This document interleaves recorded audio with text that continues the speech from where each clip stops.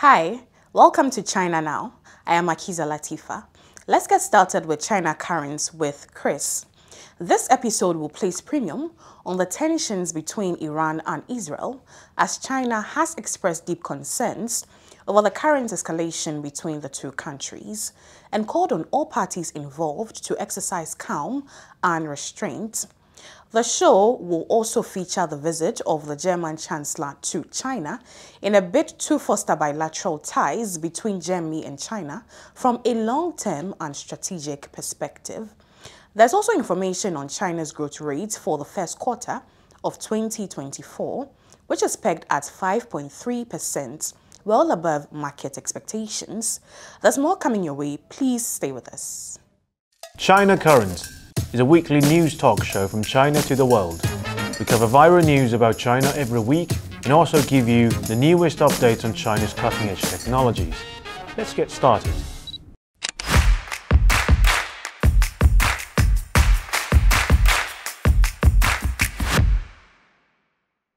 Hi, welcome to China Currents. I'm Kris. Let's start this episode with the Iranian strike of Israel. China on Sunday expressed deep concerns over the current escalation and called on relevant parties to exercise calm and restraint to prevent further escalations after Iran launched a military strike against the Israeli territory. Chinese experts believed Iran's retaliatory attack in response to Israel's bombing of the Iranian embassy in Syria is restraint.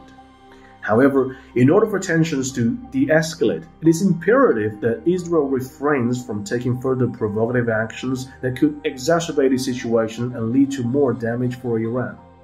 If Israel launches retaliation, it could escalate tensions and potentially draw the US into another Middle East crisis, a situation the US is trying to avoid, said Chinese experts, who believe that Israel's targeting of Iran may be a strategic move to involve the US in the conflict in order to secure more support from Washington as its backing appears to be diminishing. Iran reportedly launched over 200 drones and missiles at Israel on Saturday night after Tehran vowed earlier retaliation for an Israeli strike on its Damascus consulate on April 1st that killed 7 Revolutionary Guards officers, including 2 senior commanders.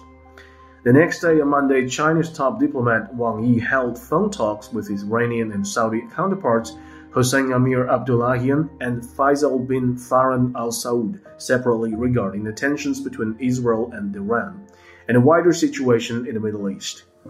Chinese experts emphasize that Beijing's recent actions demonstrate its commitment to playing a constructive role in de-escalating tensions in the Middle East and maintaining stability in the Gulf region.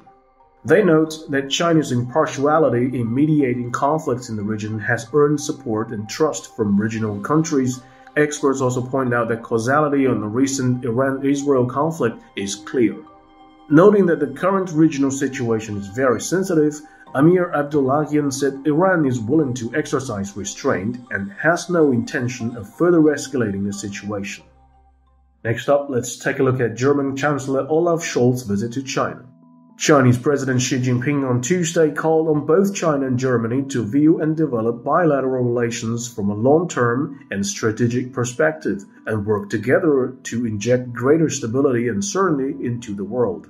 Xi made the remarks during a meeting with German Chancellor Olaf Scholz, who concluded his 3-day China visit in Beijing after leading a grand delegation to Chongqing and Shanghai. Against the backdrop of the EU subsidy accusations of Chinese electric vehicles and wind turbines and the US-initiated overcapacity hype, Xi called for viewing the production capacity issue objectively and dialectically. The two leaders also had an in-depth exchange of views on this crisis in Ukraine and other international and regional issues of mutual interest. A friendly atmosphere could be felt throughout Scholz's visit, during which he visited German companies' China plants and had exchanges with students at Tongji University in Shanghai, an institute founded by a German doctor a century ago, which has close cooperation with Germany. Scholz's full and extensive schedule and his remarks on some sensitive topics showed that the German Chancellor has maintained a strategic balance amid pressure from other parties like the EU and the US. Next up, China has just released its growth rate for the first quarter in 2024, which is 5.3%, well above market expectations as the world's second-largest economy has gotten off a robust start and laid a solid foundation for the economy to achieve the preset goal of growing by around 5% for the whole year. The growth rate, underpinned by solid growth in export and robust growth in high-tech industrial output, meant China's economy remains the healthiest among major economies and continued to play a leading role to drive global economic recovery, Chinese analysts said. The data, significantly higher than the average forecast of 4.6% by economists polled by Reuters, reflected the resilience of the Chinese economy and attractiveness of its vast consumer market and manufacturing goods, which also offers a strong rebuttal to some Western media's narrative of Chinese economy reaching its peak. As the statistics came out, China's top economic planner, the National Development and Reform Commission, announced a series of stimulus measures to further boost the economy. Supportive efforts, including facilitating investment plans through the central budget and promoting additional treasury bond issuance, are part of the government's work plan to consolidate growth for the rest of the year. While there are lingering challenges, mainly due to a complicated external environment, inadequate demand, and weak social expectations for the economy, the country's economic development in the long run remains solid, with steady progress being made, thanks to the supportive policies and consumption upgrades, among other factors. Next up, purchasers were seen carrying luggage, exchanging name cards when passing by each other and rushing through the exhibition halls of the Canton Fair on Monday morning, the first day of the 135th session of the China's landmark trading fair, which will run until May 5th. On the first day of the 135th session of the China Import and Export Fair, commonly known as the Canton Fair, over 60,000 global purchasers visited the physical exhibition halls. By Sunday, more than 149,000 purchasers from 215 countries and regions had registered to visit the 135th session of the Canton Fair, up 17.4% from the 134th session held in October and November 2023. With an exhibition area of 1.55 million square meters, the fair accommodates 28,600 enterprises attending the export exhibition and 680 firms attending the import exhibition. Next up, the US has dispatched its top diplomats for East Asia to China, which analysts see as a move to test China's reaction after it elevated defense relations with Japan and Philippines amid escalation tension in the South China Sea. According to U.S. Department of State, Assistant Secretary of State for East Asian and Pacific Affairs Daniel Crittenbrink will visit China from Sunday to Tuesday. He will be joined by National Security Council Senior Director for China and Taiwan Affairs, Sarah Barron. The two will meet with Chinese officials as part of ongoing efforts to maintain open lines of communication and to responsibly manage competition, according to the U.S. State Department. Crittenbrink's trip comes days after the first-ever trilateral summit between the U.S. President Joe Biden, Japanese Prime Minister Fumio Kishida, and Philippine President Ferdinand Marcos Jr. in Washington. Next up, the Commissioner's Office of the Chinese Foreign Ministry in Hong Kong Special Administrative Region has expressed firm opposition against smears towards national security law in Hong Kong and its newly passed Safeguarding National Security Ordinance after the US and Canada updated travel warnings to the city, citing so-called restrictions on civil liberties.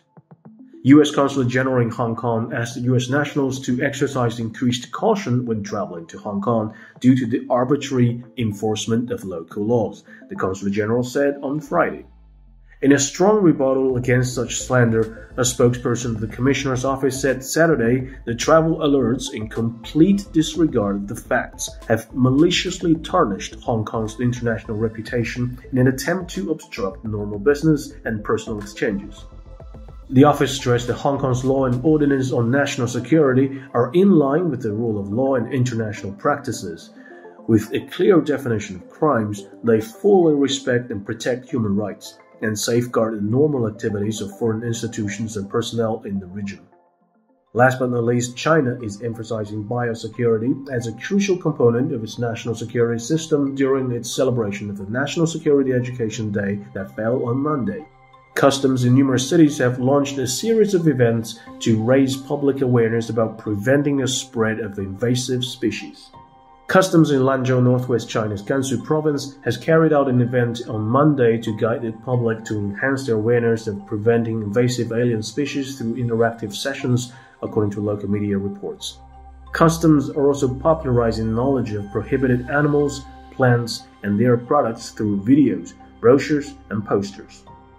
According to reports, Beijing Customs has intercepted a total of 933 batches of prohibited imported animals, plants, and their products in the first quarter of 2024, of which 198 were considered exotic species, and all of which have been strictly disposed of in a safe manner in accordance with the law. Customs officers in Changsha, central China's Hunan province, have seized 106 kinds of foreign pests from trade channels, 74 kinds of foreign species from travel and postal inspection and other channels in the first quarter of 2024. Well, that's all for today. Thank you for watching this episode of China Currents. If you have any thoughts and comments about our show, please reach us at the email address below. I'm Kris, looking forward to hearing from you, and see you next time. Next on the show is Threshold with Lisa, who is ready, as usual, to share with us some exciting tech innovations and announcements that happened in China recently. Coming up, a recent Chinese study has discovered bacteria that fights dengue and Zika, which are mosquito-borne viruses that cause millions of infections annually. Over to you, Lisa.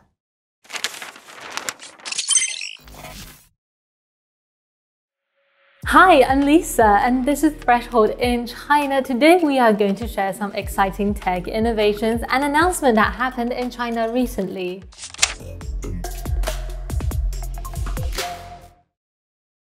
AI computing has become a high-energy consuming industry, and researchers are seeking ways to improve efficiency. Scientists from Tsinghua University have developed Taiji, a photonic chip that promises to supercharge artificial general intelligence (AGI), which, according to the researchers, is much faster and more energy efficient than traditional electronic chips. The name Taiji draws inspiration from ancient Chinese philosophy. It symbolizes the primordial singularity preceding the Big Bang, which divides itself into yin and yang, two complementary yet contrasting forces that ultimately brought forth everything. And this is what the scientists were inspired by.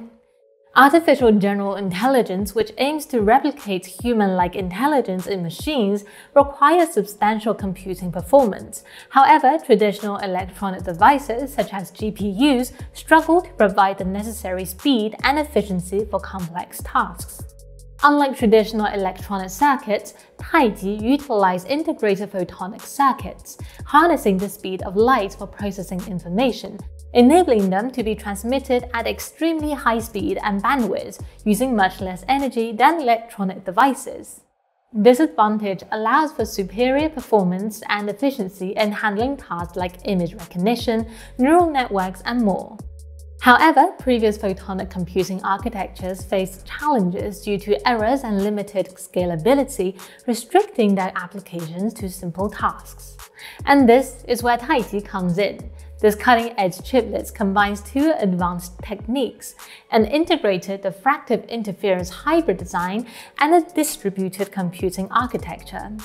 The integrated diffractive interference hybrid design means that Taiji cleverly combines diffractive optics with interference effects to process data using lights rather than electricity. The distributed computing architecture means that Taiji's computing power is spread across multiple nodes or elements, rather than being concentrated in a single processor. Most importantly, Taiji can handle increased workloads with large-scale data processing without any performance hits, and it maintains effective even under challenging conditions or potential failures. Taiji also employs a distribution protocol that divides large computational workloads into smaller subtasks. These subtasks are then processed in parallel across multiple Taiji chiplets simultaneously. This parallel processing approach enhances computational efficiency for intensive tasks. With these designs, Taiji can mimic the behavior of millions of artificial neurons and achieve an astonishing energy efficiency of 160 tera operations per second per watt. In other words, it can perform an incredible number of operations in the trillions per second while consuming very little energy. According to the researchers, the chip was more than 1,000 times as energy efficient as the high-performance NVIDIA's H100 GPU, a chip that came under the US government trade restrictions and is not available in China. The Taiji chiplet has shown its impressive ability through some remarkable accomplishments. For instance, it was able to accurately classify items into 1,000 different categories with an accuracy of 91.89%. After being trained on image from a range of artistic styles, Taiji can imitate them. The team concluded in their paper that Taiji paves the way for large-scale photonic computing and advanced tasks, further exploiting the flexibility and potential of photonics for modern AGI.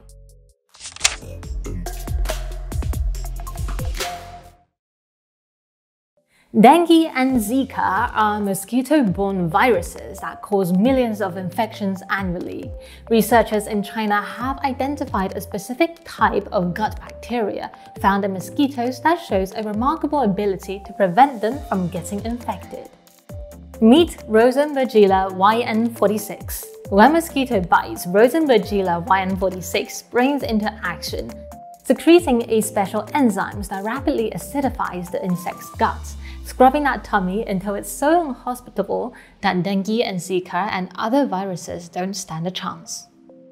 The Tsinghua University and Peking University Joint Center for Life Science in Beijing got their inspiration from mosquitoes in Yunnan Province, China. Yunnan Province is known for having disease spread by mosquitoes like dengue fever. But in different areas of Yunnan provinces, the outbreaks of dengue fever are different even if the climate and number of mosquitoes are similar. So the scientists wanted to know why some places experience more dengue fever than others. They also want to understand why mosquitoes from different areas can spread the virus differently. To figure it out, the scientists went to 4 places in Yunnan province starting in 2020. They caught thousands of female mosquitoes and studied them. They found variations in gut bacteria in mosquitoes caught in different areas, and this is likely due to the environment. And that's how they found Rosenbergella YN46, a bacterium that was more prevalent in mosquitoes that come from areas with lower dengue outbreaks. So why did this happen? It turns out that Rosenbergella YN46 produces a special enzyme called RYGDH. This enzyme makes the mosquito's gut more acidic, changing its environment. Previous studies have shown that the envelope protein of mosquito-borne viruses like dengue virus is sensitive to acidic signals. So this acidic defense system in the mosquito's gut ends up significantly reducing the mosquito's susceptibility to the virus. Having found the good bacteria, the research team came up with a plan that is to have more mosquitoes in the wild carrying this bacterium and become good mosquitoes that do not transmit the virus. Scientists then built an enclosure in Xishuangbanna and added the bacterium to the water where mosquito eggs were laid. They proved it could colonize the mosquito's gut at all stages of life, significantly reducing dengue infection in mosquitoes that were not used to carrying the bacterium. By introducing the bacterium into mosquito populations in dengue endemic areas, scientists hope to reduce the spread of these dangerous diseases. This approach could offer a safer and more environmentally friendly alternative to traditional mosquito control methods. A scientist from Tsinghua University said the biocontrol method is based on findings from nature and does not require medical interventions for humans, such as vaccines and specific treatments that have not yet been developed. And that is all for today's Threshold. We hope you like this news section on science and technology in China. As usual, we welcome your thoughts and feedbacks. Thank you, Lisa. Now, allow me to introduce to you our latest segment known as The Global Arena, hosted by Charles Liu. a senior fellow at the Thai Institute. The Global Arena is a cooperation between Wave Media and Global Times, one of the most famous official media in China. This maiden edition talks about the head of the German government Scholz's visit to China.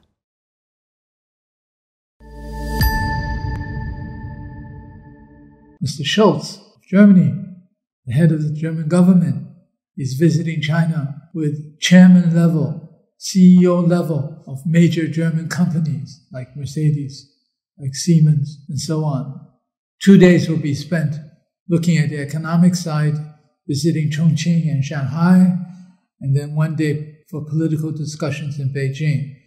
What we have is a situation in which the US continues to want to suppress China's development in terms of manufacturing of these actually very important green products, products that will help address climate change. But Germany is beginning to take a different stance. In fact, the head of the German Automobile Association, the chief lobbyist force in Germany for the sector, have declared that we don't want disengagement from China.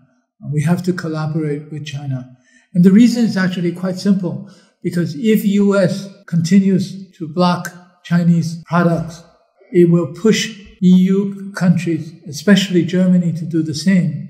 Now, what happens in the EU if there is imposition of all kinds of duties or blockage of Chinese EVs into Europe? There will be retaliatory action. Now, who gets hurt? The Germans get hurt, because in terms of figures, Germany's largest trading partner for the last 8 years has been China.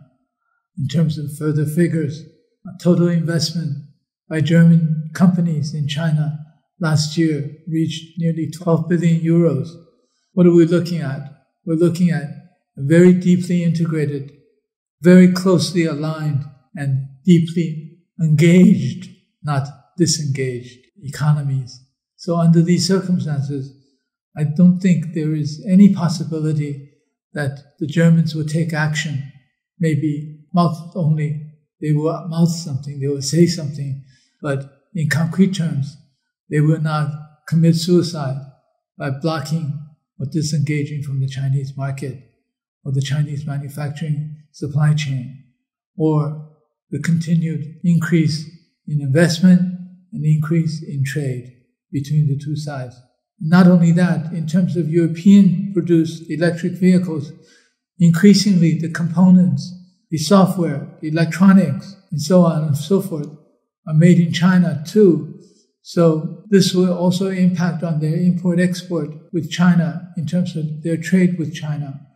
So I think for very practical and very pragmatic reasons, Germany would not want to see further escalation of the conflict in terms of electric vehicles in particular, and also, of course, solar and batteries as well. The escalation of this conflict between the West and China. And this is the beginning of a more profound split in terms of policy between Europe and the US. And this is all based on very concrete terms in terms of the Europeans.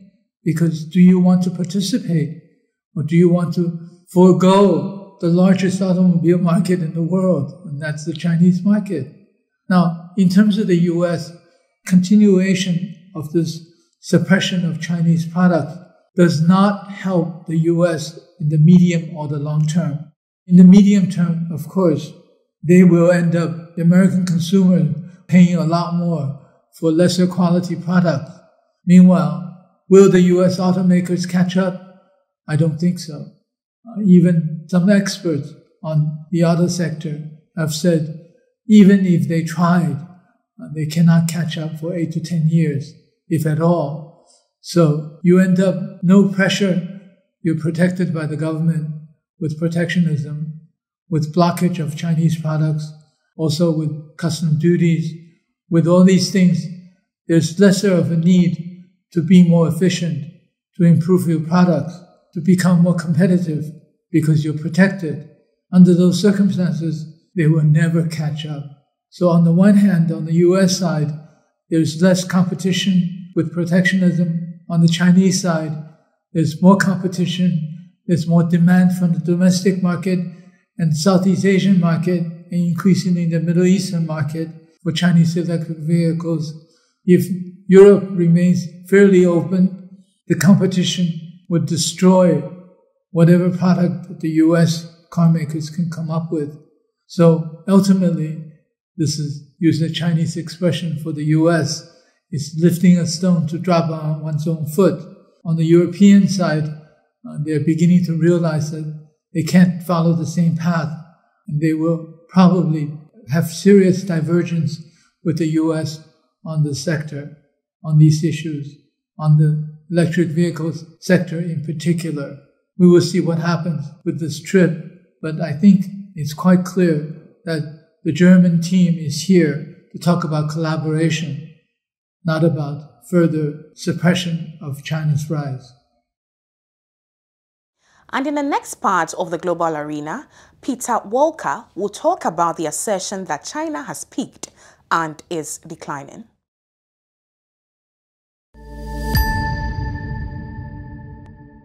One of the things I'd like to talk about today are a number of the books out there that are kind of predicting that China has peaked and it's in a period of upcoming decline. The first book I remember written along these lines was by Gordon Cheng. This goes back probably over 20 years ago, and the book was called The Coming Collapse of China. And he was even quite specific. He said by 2011, China will have collapsed. Obviously, that turned out to be dead wrong. The most recent book on this subject is called The Danger Zone. The Danger Zone basically says, in a nutshell, that China is facing a number of very difficult challenges. So they point to debt, they point to the lack of consumer confidence, they point to challenges with neighbors. They talk to the aging population and the fact that China is not going to be growing new workers going forward to be able to get the work done, the property problem, and then finally underperforming SOEs.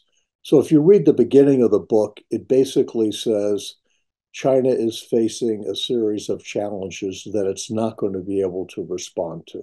Let's start with why I'm confident that China is going to deal with these challenges. I guess what I put forward as reason number one is just look at China's history. We're not going to go back far in history, but certainly if you start with the Civil War, the CCP had significant disadvantages in terms of manpower and military weaponry vis-a-vis the nationalists. And yet, because of strategy and being able to build the people's support around them, they were able to prevail. But at the end of the day, if you just look at the facts and go through all of those challenges from the Civil War, it's a track record that is pretty impressive. And then if you add on top of that, China brought 850 million people out of poverty and did so without getting involved in any external wars. It's a pretty impressive record. So anyone who basically says they question China's ability to meet the challenges that they face is not looking realistically at history.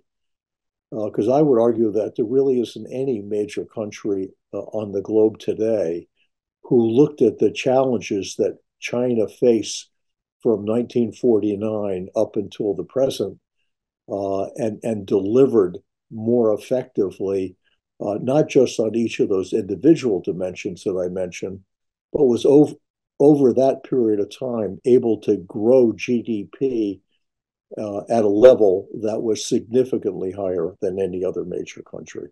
If you look at the second underlying assumption between the books that are critical of China and believe it's peaked, they're basically asserting that we don't think China's leadership is going to be flexible, talented enough, courageous enough to be able to deal with these changes. But if you tear apart the way China governs itself, it's not unlike a very successful corporation. So you have a strong leader, you have people who are advanced meritocratically based on their education and what they have been able to accomplish in the outside world. You have a long-term strategic view that gets converted into industrial policy. So the country has been very effective at picking out where it wants to prioritize resources and initiatives that are going to be most successful in the marketplace. And then finally, if I think about the issue of pure talent, I mean, one of the great advantages that China has is that going back to Mandarin traditions for many, many centuries, the best and the brightest in China always aspire to government service.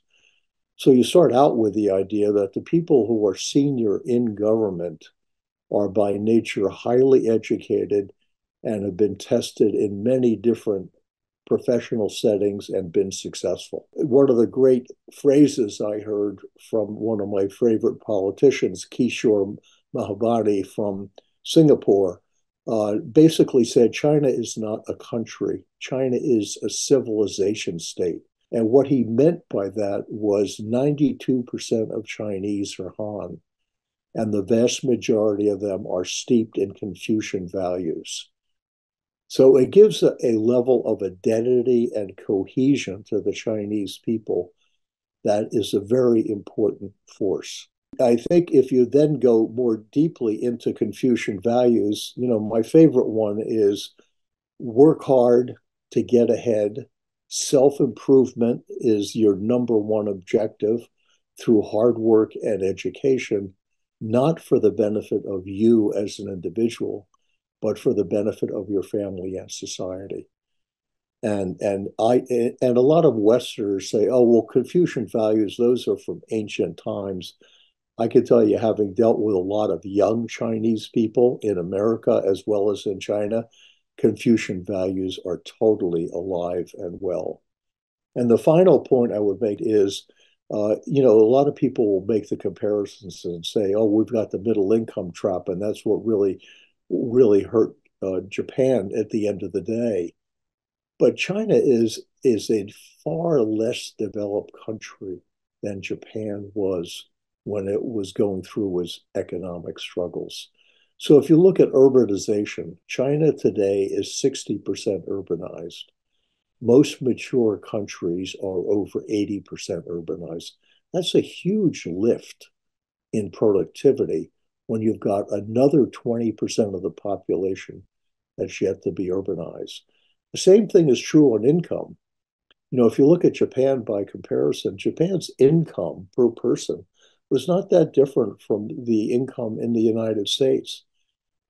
In China today, the income and GDP are both about a third of where the US's income and GDP are, which means there's an enormous amount of headroom going forward.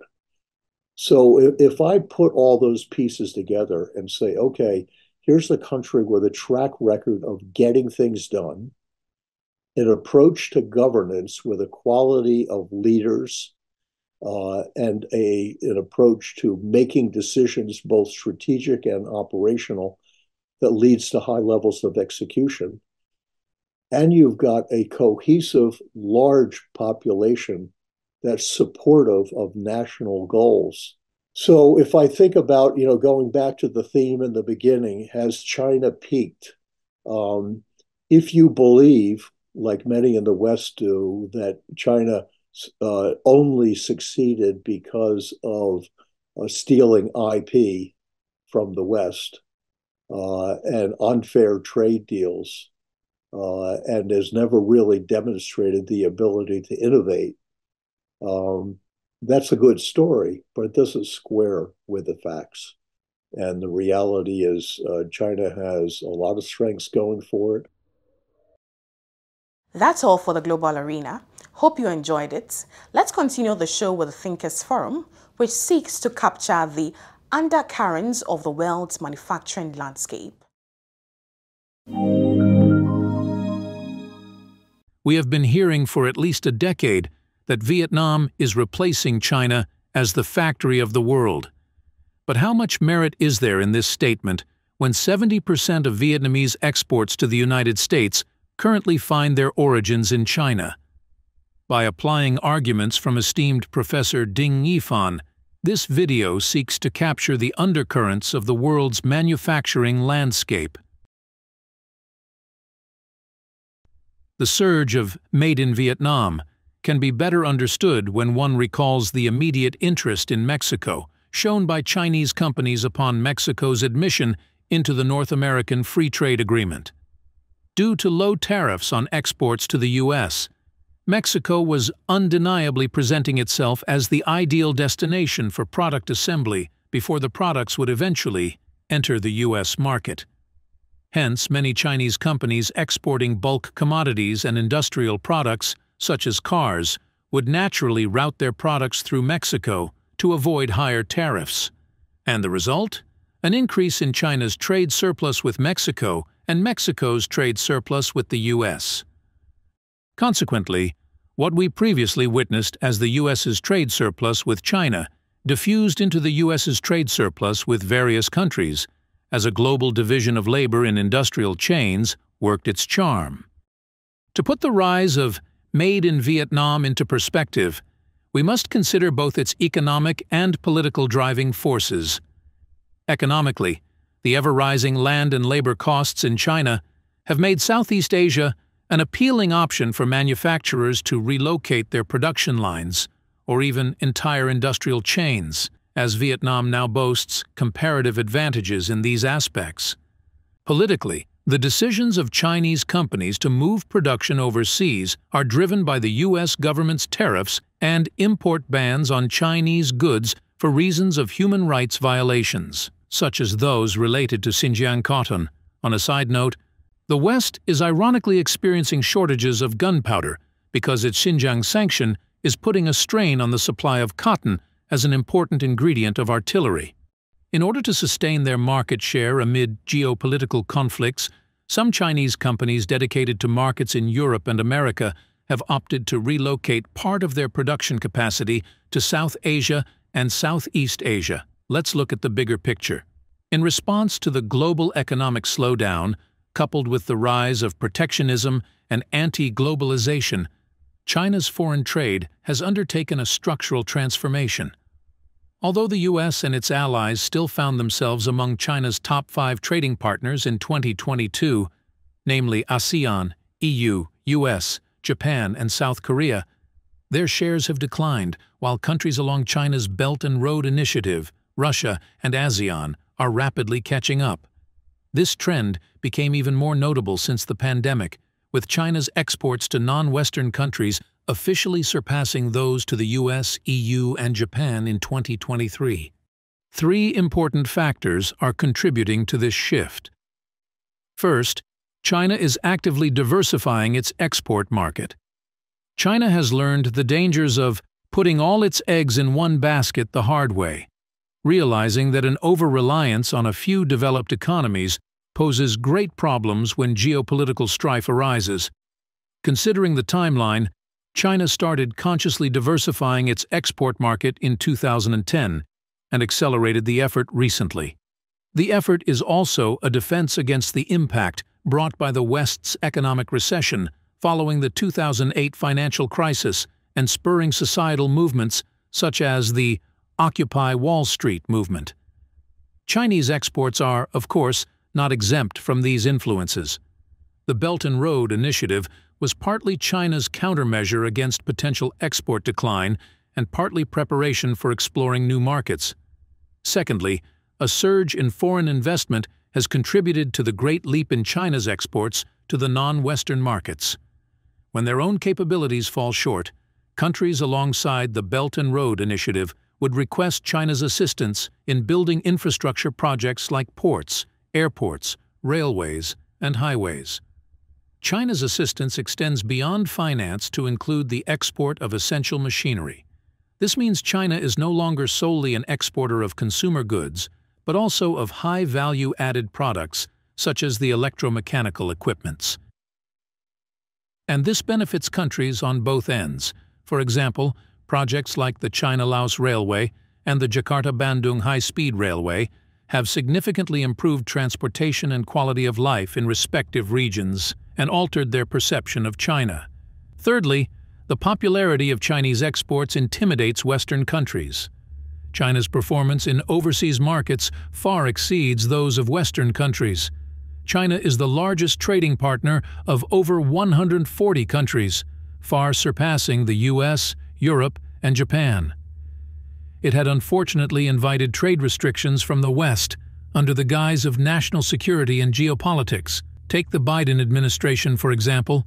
Its continuation of the tariffs imposed by the Trump administration was part of a consistent effort to cripple China's exports. Upon closer examination of the structural changes in China's exports, it becomes apparent that quite a number of production lines and assembly lines have indeed relocated to Southeast and South Asia, but primarily for raw materials and semi-finished processing. As for finished products, they continue to find their destinations on shelves in the US and Europe. And here's where we draw the curtains today. If you still like to know other things about China, please do not hesitate to send us a message through the email provided below, and kindly send in your comments, thoughts, feedback and suggestions as well. My name is Makiza Latifa, and I will see you same time next week.